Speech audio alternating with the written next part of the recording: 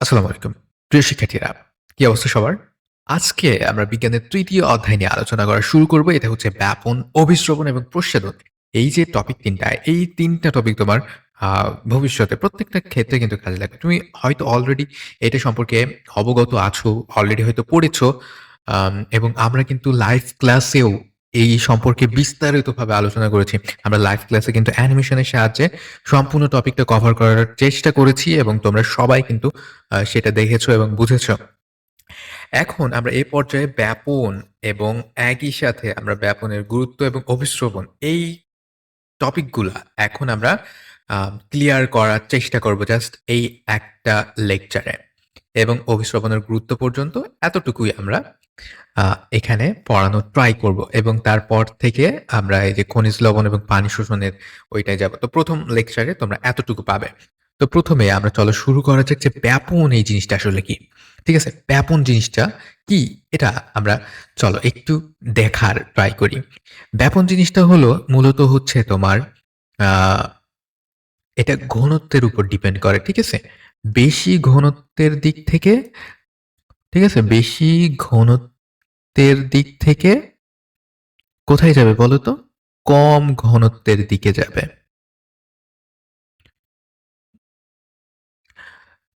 ঠিক আছে?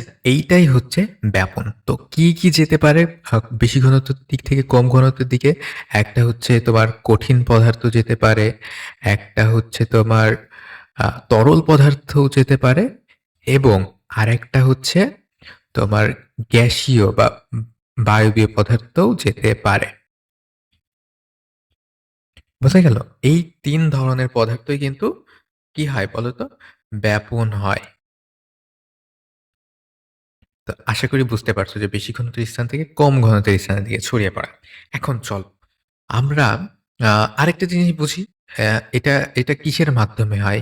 এটা তরলের মাধ্যমেও হতে পারে আবার গ্যাসীয় মাধ্যমেও হতে পারে। তরলের মাধ্যমে বলতে মনে করো এই একটা তোমার হচ্ছে গামলা। এই গামলার ভেতরে তুমি আ কয়েক ফুঁটা দেখা যাচ্ছে রং দিয়ে দিলে। ঠিক আছে? বা তোমরা নীল দাও না শার্টে আব্বু বা তোমাদের শার্টে বা জামাতে, সাদা জামাতে বিশেষ করে আম্মু কি করে? ওইখানে কি দিয়ে দেয়? নীল দিয়ে দেয়। তোমরা কি জানো? নীল দিয়ে দেয় যাতে করে সাদাটা আরো উজ্জ্বল দেখায়। ওই যে নীল যখন দেয় তোমরা লক্ষ্য করবা যে ১-২ ফুট নীল দিলে আস্তে করে কি হয়? সারা যে পাত্রটা সেই পুরো পাত্রটা কিন্তু ওই নীলটা ছড়িয়ে পড়ে। তো এখানে কি তরল মাধ্যমে তোমার আরেকটা তরলের কি হচ্ছে? ব্যাপন হচ্ছে। অর্থাৎ আ সব জায়গায় সর্বত্র সমানভাবে ছড়িয়ে পড়ছে। আর তোমরা আতরের পট দেখছো? আতরের পট থেকে তুমি যদি ১ ফুট আতর যদি এক জায়গায় দাও কিংবা আতরকে যদি তুমি স্প্রে করে দাও, ঠিক আছে? গ্যাসীয় আ কিছু আতর আছে গ্যাস, তাই না? ওই গ্যাসটাকে তুমি যদি স্প্রে করে দাও তাহলে দেখবা যে তুমি স্প্রে করছো এক জায়গায় কিন্তু সেটার সুবাস যাচ্ছে আরেক জায়গায়। তো কি হচ্ছে এখানে? এখানে যেখানে তুমি স্প্রে করছো এখানে ঘনত্বটা বেশি, তাই না? ওই বেশি ঘনত্বের দিক থেকে অন্যান্য জায়গায় অর্থাৎ কম ঘনত্বের দিকে চলে যাচ্ছে। এবং কতক্ষণ পর্যন্ত ব্যাপন চলে জানো? যতক্ষণ পর্যন্ত না সব জায়গাতে আ সেটার পরিমাণ সমান হয়। তুমি যখন আ সেন্ট ইউজ করতেছো তখন ওই সেন্টের আম সেন্ট যতক্ষণ না সব জায়গায় সমান হচ্ছে ততক্ষণ পর্যন্ত এই ব্যাপনটা চলবে এবং একসময় দেখবা যে সমান হয়ে যাবে। আবার এই যে নীলের ক্ষেত্রে তুমি যখন চিন্তা করো একপাশে যখন তুমি নীল দিলে তখন ওইখানে কি নীলের ঘনত্বটা বেশি এবং আস্তে করে সারা পাত্রে যখন ছড়িয়ে পড়া শুরু করবে এবং এককালে সব জায়গায় সমান পরিমাণে তুমি সেটা দেখতে পারবা। ঠিক আছে? তো এটা হচ্ছে বায়বীয় মাধ্যমে বায়বীয় মাধ্যমের হচ্ছে তোমার গ্যাসের ব্যাপন এবং তরল মাধ্যমে তরলের ব্যাপন বা কঠিনের ব্যাপন তুমি আ I hope বুঝতে পারলে। এখন আরেকটা বিষয় যে তোমার যদি এখনো পর্যন্ত ব্যাপন জিনিসটা না বুঝো, তাহলে কল্পনা করো যে তোমার স্কুল ছুটি দিছে। ঠিক আছে? এই হচ্ছে তোমার স্কুলের গেট। তো এইখানে যখন স্কুল ছুটি দেবে তখন এখানে প্রচুর পরিমাণে স্টুডেন্ট থাকবে, তাই না? তো ওরা কি ওইখানে থাকবে অলওয়েজ? অলওয়েজ তো ওরা থাকবে না। এখানে মনে করো গরমকাল, তুমি জাস্ট ইমাজিন করো যে গরমকালের ভেতরে এই প্রচন্ড গরমের ভিতরে সবাই এক জায়গায় বদ্ধ হয়ে কতক্ষণ থাকবে? যত গরম হবে কি তারা তত দ্রুত আ বেরিয়ে আসবে বা তারা তত দ্রুত চাইবে যে সেখান থেকে চলে যেতে এবং সেখান থেকে আরেক জায়গায় যেতে, তাই না? তো এইটা সবাই চাইবে। তো ঠিক তেমনই ব্যাপনও এরকম হয় যে এক জায়গাতে যেখানে বেশি ঘনত্ব আছে। যেমন এখানে তোমরা অনেক স্টুডেন্ট আছো। সবাই তোমাদের ঘনত্ব অনেক বেশি। তো তোমরা কি করবা? তোমরা আ অবশ্যই ছড়িয়ে ছিটিয়ে যাবা বা আ তোমরা এখান থেকে বের হয়ে যেতে চাবা বা একে অপরের থেকে দূরে যেতে চাবা। তাই না? ঠিক তেমনই হয় ব্যাপনের সময়। ব্যাপনের সময় তরল পদার্থ, কঠিন পদার্থ এবং গ্যাসীয় পদার্থের যে কণাগুলা, এইগুলা ছড়িয়ে পড়তে চায়। অর্থাৎ এগুলা একে অপরের থেকে একটা অণু আরেকটা অণুর থেকে দূরে অবস্থান করতে চায়। বোঝা গেছে? তো এই হচ্ছে তোমার মূলত ব্যাপন প্রক্রিয়াটা। তোমাদের এর সাথে যে ম্যাজিক নোটটা আমাদের দেওয়া আছে অর্থাৎ প্যারালাল টেক্সট বুক কিন্তু আমরা তোমাদেরকে এর সাথে দিয়ে দিয়েছি পুরো অধ্যায়টার। এই প্যারালাল টেক্সট বুকটা তোমরা প্রত্যেকে দেখে নিবে যাতে করে তোমরা খুব সুন্দর করে সহজে বুঝতে পারো। ঠিক আছে? আচ্ছা। আচ্ছা তোমরা জানো যে যতই আম প্রত্যেকটা অণুর ভেতরে কিন্তু একটা গতিশক্তি থাকে। প্রত্যেকটা তোমার হচ্ছে পদার্থই অণু পরমাণু দিয়ে গঠিত, তাই না? তো এই যে অণু পরমাণুগুলো এরা কিন্তু সবসময় গতিশক্তি এদের বজায় থাকে। বুঝা গেছে? তো এই যে কিছু উদাহরণ তোমরা এখানে দেখতে পাচ্ছ যে সেন্টের কথা উদাহরণটা আমরা দিলাম। আর এখানে তুতের কেলাস, তাই না? আ কপার সালফেট আর ৫ অণু পানি। আমরা তুতের কেলাস বা এটা দেখছি। তুত দেখছো না? তুত কিন্তু আমি তোমাদেরকে লাইভ ক্লাসে দেখাইছি। তুত কেমন হয় এবং কেন কাজ লাগে? সবগুলো কিন্তু অলরেডি বলে রাখছি। তো ব্যাপনের গুরুত্বটা কি? ব্যাপনের গুরুত্ব কিন্তু আ অনেক। এই যে উদ্ভিদ কি করছে? উদ্ভিদ কিন্তু শোষণ নিচ্ছে। উদ্ভিদের যদি আচ্ছা ব্যাপন যদি না হতো তাহলে কিন্তু তোমার যে উদ্ভিদ যে কার্বন ডাই অক্সাইডটা ত্যাগ করত বা কার্বন ডাই অক্সাইডটা যে গ্রহণ করত, এটা কিন্তু উদ্ভিদদের পর্যন্তই আসতো না। ঠিক আছে? যেখানে থাকতো সেখানেই থাকতো। এই ব্যাপনের মাধ্যমে ওই কার্বন ডাই অক্সাইড, অক্সিজেন এগুলো সর্বত্র ছড়িয়ে পড়ছে, সর্বত্র পৌঁছায় যাচ্ছে। বুঝতে পারছো? আর অভিস্রবণ জিনিসটা কি? অভিস্রবণ জিনিসটা হচ্ছে তোমার এখানে এটাও একটা বিশেষ ধরনের ব্যাপনের মতোই।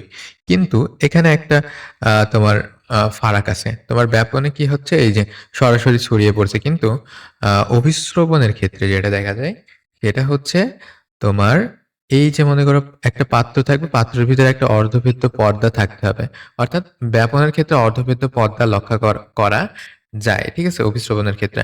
কিন্তু তোমার আ ওইটার ক্ষেত্রে কিন্তু এটা লক্ষ্য করা যায় না। বুঝতে পারছো? তো এখানে ভেদ্য পর্দা আম যেটা দিয়ে অভেদ্য পর্দার ভেতর দিয়ে কি হয়? কোন কিছুই যেতে পারে না। ভেদ্য পর্দাদের ভেতরে কি হয়? সবকিছুই যেতে পারে। কিন্তু অর্ধভেদ্য পর্দা দিয়ে দেখা যাচ্ছে আ দ্রাবক যেতে পারে কিন্তু দ্রবও যেতে পারে না। ঠিক আছে?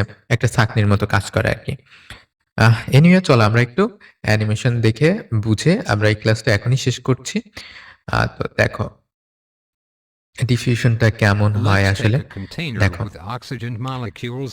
The ডিফিউশনের concentration ক্ষেত্রে of দেখো এখানে মনে করো গ্যাস আছে। ঠিক আছে? গ্যাস নিজেদের জায়গা থেকে নড়াচড়া oxygen করছে। molecules is তো higher, গ্যাস কিন্তু and দেখা they যায় are না। colliding এটা with each ultra other and the microscopic ভিউতে container যদি দেখো itself. তাইলে দেখা যাবে। If কিন্তু we জাস্ট increase the অনুমান করার container জন্য।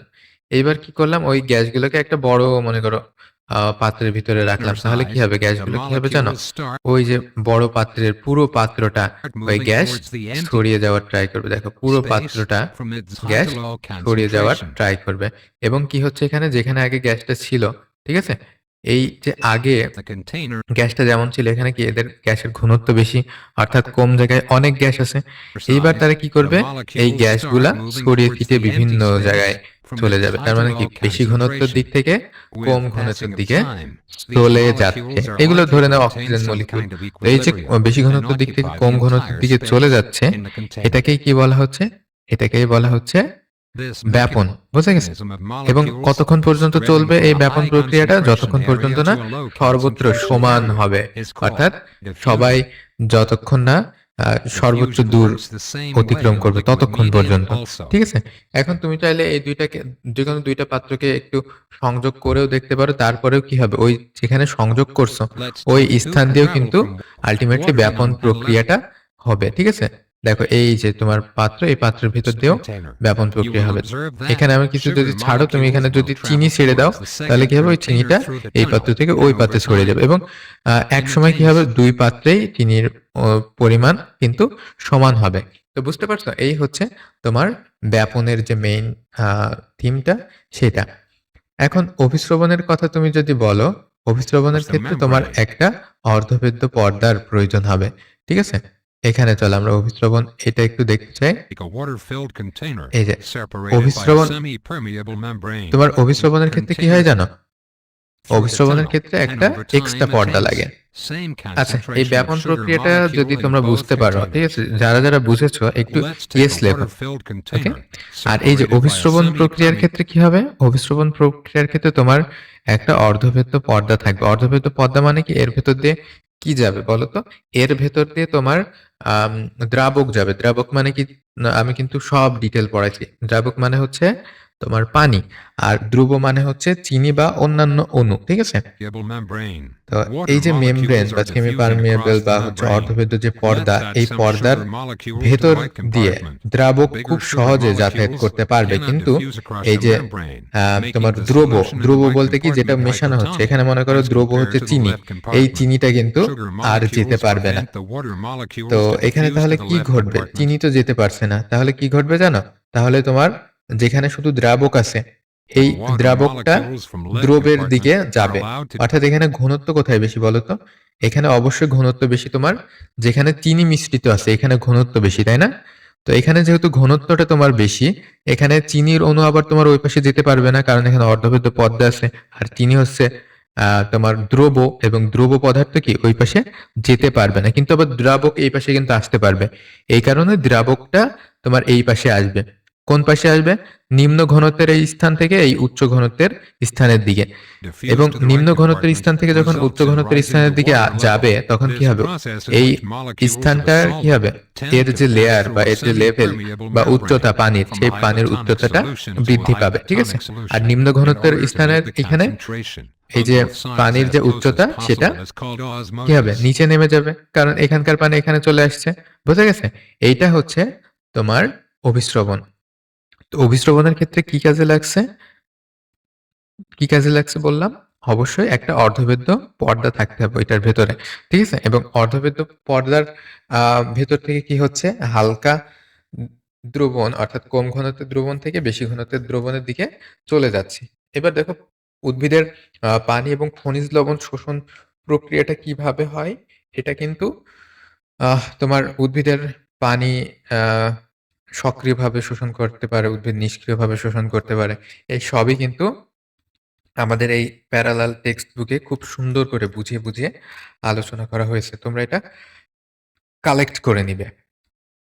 আচ্ছা, আর ইমবাইবেশন পদ্ধতিটা চলো আমরা দেখে নেওয়া যাক ইমবাইবেশন পদ্ধতিটা আসলে কি? ইমবাইবেশন পদ্ধতিটা আর কিছুই না, Imbibition. জাস্ট শুকনো পদার্থকে কি করা? Friends, শুকনো পদার্থকে the adsorption a of water by তোমার হচ্ছে hydrophilic পানি compounds শোষণ করে নেওয়ার is পদ্ধতি called হচ্ছে imbibition. ইমবাইবেশন। অর্থাৎ পানির ভেতর থেকে আ In this process, এই যে তোমার water শুষ্ক molecules পদার্থ get এটা, tightly যে পানি adsorbed অ্যাবসর্ব on the করে নেয়, surface এটাই of হচ্ছে compounds ইমবাইবেশন without প্রক্রিয়া। forming আশা a করি বোঝাইতে solution. পারলাম ইমবাইবেশনটা কি। এই এতটুকুই। তো Due এই যে to শুকনো পদার্থ, imbibition, এগুলোকে বলা হয় these কলাইডাল compounds show ধর্মী swelling. পদার্থ, ঠিক আছে? কলয়েড ধর্মী পদার্থ।